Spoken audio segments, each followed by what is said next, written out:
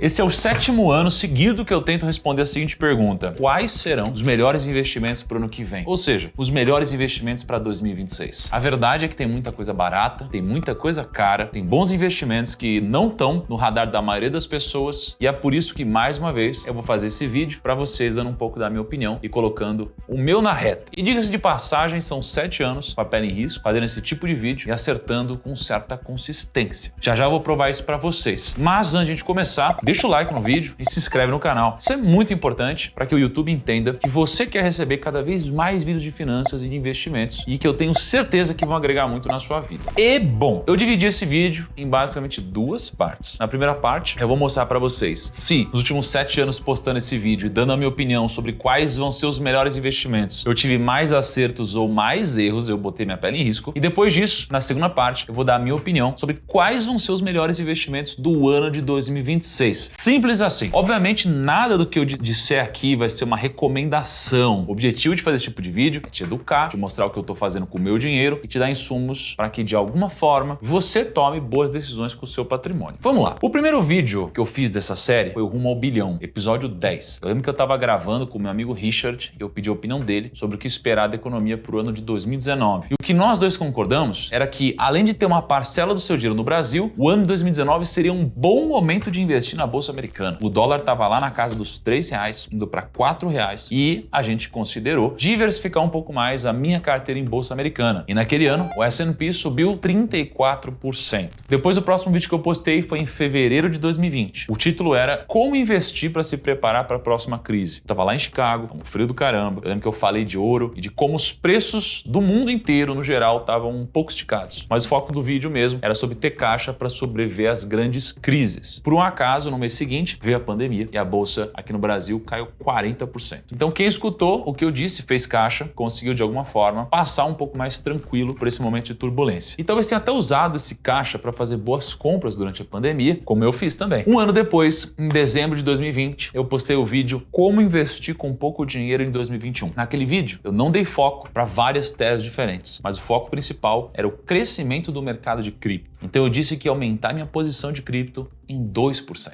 No meu caso, eu vou ter de 1 a 2% da minha carteira em criptomoedas, talvez um pouco mais. E naquele ano, o Ibovespa ficou negativo, os fundos imobiliários ficaram negativos, o CDI estava na casa dos 4% e o Bitcoin subiu mais de 70%. Mais uma vez, eu consegui aproveitar essa alta das criptomoedas. No ano seguinte, em dezembro de 2021, eu postei o vídeo Melhores Investimentos para 2022. E esse vídeo aqui, ao contrário dos anteriores, foi um vídeo com uma opinião um pouco mais blasé, digamos assim. Eu não cravei nada na pedra, mas eu disse que por conta da inflação que estava subindo, provavelmente o juros subiria e que você deveria investir de uma forma anticíclica. A taxa Selic realmente subiu, acabou que o ano de 22 foi péssimo para o mercado no geral. O Ibovespa ficou de lado, o IFIX de lado, o S&P caiu e o Bitcoin caiu. E o único vencedor foi o CDI. Mas é difícil apostar na alta do CDI, né? De uma forma que não seja comprar algo pós-fixado. Em dezembro de 2022, de novo eu coloquei minha pele em risco e eu postei o vídeo Onde investir em 2023. Naquele vídeo a minha tese era da Bolsa Brasileira. Eu disse que o PL da Bolsa estava 40% abaixo da média histórica, que os fundos imobiliários estavam baratos e também estava bastante otimista com cripto. E naquele ano, o Ibovespa subiu 22%, o IFIX subiu 15% e Bitcoin subiu mais de 100%. Em dezembro de 23, eu postei o vídeo Melhores Investimentos para 2024 e assim como o vídeo de 2022, esse também foi um vídeo sem muitas teses diferentes. Falei da ARK, falei sobre a diversificação, mas também falei do halving do Bitcoin e como historicamente, 6 meses depois do halving, o BTC atinge o all-time high e dito e feito, o BTC atingiu as máximas do ano de 24, subiu mais de 160%. Até então, eu vinha acertando as coisas com muita consistência. Já no episódio, no último que eu postei um ano atrás, com o nome Os Melhores Investimentos para 2025, eu basicamente dei 5 opiniões. Algumas certas, outras nem tanto. Primeiro eu disse que o PL da bolsa estava próximo de 8, e lembrando que o PL é o indicador preço sobre lucro. Quanto menor o PL, mais barata está uma ação. E depois de trazer várias informações, eu cheguei à conclusão de que, ao contrário de muita gente, eu estava otimista com o Ibovespa. E desde então a bolsa subiu mais de 30%. Ponto positivo para minha tese. Segundo ponto, eu nitidamente não estava otimista com a Bolsa Americana e eu continuo não otimista e já eu explico por quê. E obviamente eu não disse para você vender, até porque eu não posso dar recomendação de investimento. E eu acredito que a filosofia de manter uma carteira diversificada diversificada, deve entrar acima do meu achismo. Mas eu diminuí minha posição em ações lá fora no final do ano passado e desde então a bolsa subiu 15% esse ano, a bolsa americana. Em reais ela está praticamente empatada com o CDI, mas foi um retorno que eu deixei passar. Aliás, para que fique claro, não é que eu estou pessimista com os Estados Unidos. Eu vou dar um exemplo para ficar simples aqui. Eu acho que Ferrari é um baita carro, mas uma Ferrari ser vendida por 100 milhões de reais talvez seja pagar muito caro por algo que é muito bom. Isso não faz da Ferrari algo ruim, mas faz do meu preço algo não tão bom. Nos investimentos, você não controla praticamente nada, mas uma das poucas coisas que está nas suas mãos é o seu preço de entrada em uma ação ou em um fundo imobiliário. Então eu continuo acreditando que as empresas dos Estados Unidos são ótimas, mas os preços estão chegando em patamares muito difíceis de se justificar. Então, em breve eu falo mais sobre isso, tá? Terceira opinião, eu estava otimista com fundo imobiliário. Eu disse um ano atrás que os FIIs estavam realmente baratos, mas com uma taxa de juros elevada podia segurar um pouco o crescimento de real estate. Pois bem, o IFIX subiu 15% desde o começo do ano, a gente nem começou a cortar a Selic ainda, então um ponto positivo, levemente positivo. Quarta opinião, eu estava otimista com os títulos atrelados à inflação, esse aqui foi um meio acerto, porque eu continuo otimista com os IPCA+,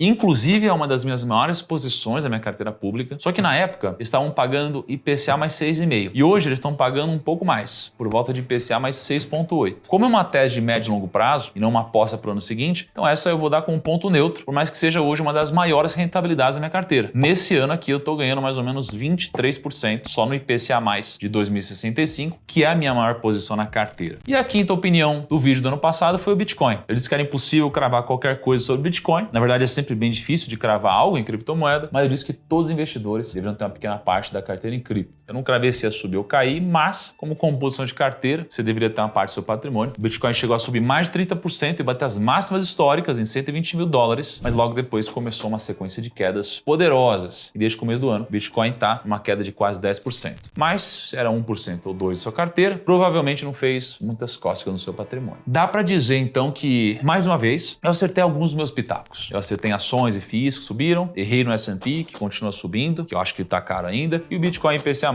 não mudou muita coisa. Mas eu sou otimista no longo prazo, então eu vou dar ponto neutro. E agora, finalmente, a gente chegou na segunda parte do vídeo, que vocês estão esperando, a parte que eu sei que tem muito interesse aqui, onde eu vou falar sobre quais serão os melhores investimentos para o ano de 2026, segundo o que eu acho. Lembrando que, além do fato de eu não ter uma bola de cristal, esse vídeo é educacional e nada disso é uma recomendação de investimentos. E para me ajudar com o começo dos meus palpites, eu juntei um monte de dados dos últimos ciclos que o nosso país viveu. Eu montei um gráfico no Excel e vocês estão vendo aí agora na tela. E sendo bem sincero, pausa o vídeo agora, tira um print desse gráfico e cola aí na sua parede. Porque se você entender esse gráfico, eu tenho convicção que você vai entender melhor do que 90% das pessoas do mercado. Então presta muita atenção no que eu vou te dizer agora. Esse amontoado de linha pode parecer meio confuso, mas calma que eu vou explicar o que elas significam. Imagina assim, tá vendo essa linha azul mais quadrada ao longo do gráfico? Essa linha é a taxa Selic nos últimos 14 anos. E cada uma dessas outras linhas coloridas é a rentabilidade que você teria por ter tomado a decisão de carregar uma posição específica pelos próximos 3 anos. Vou dar um exemplo para você entender melhor. Essa linha laranja no gráfico é a rentabilidade do IDIV, que é um índice da B3 que mostra o desempenho das ações que mais pagam dividendos na Bolsa Brasileira. Então a linha laranja mostra o que aconteceria com o seu patrimônio caso você investisse nas ações que mais pagam dividendos pelos próximos 3 anos. Por exemplo, no dia 30 de dezembro de 2015, a Selic estava nas máximas, batendo patamares superiores a 14%. E nesse mesmo dia, 30 de dezembro de 2015, se você tivesse comprado o IDIV, você teria um retorno de mais de 150% carregando essa posição por 3 anos. E cada uma dessas linhas são os principais ativos aqui do Brasil. Então a gente tem Ibovespa, que é a Bolsa do Brasil, IDIV, que são ações de dividendos, CDI, que é a nossa renda fixa pós-fixada, e FIX, que são os fundos imobiliários, e IPCA+,